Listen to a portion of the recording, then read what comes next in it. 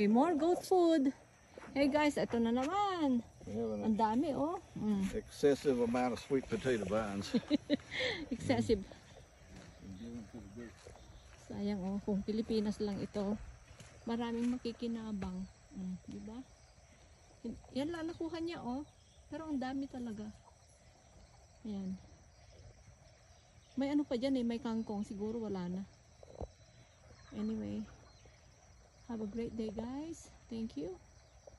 Maraming salamat.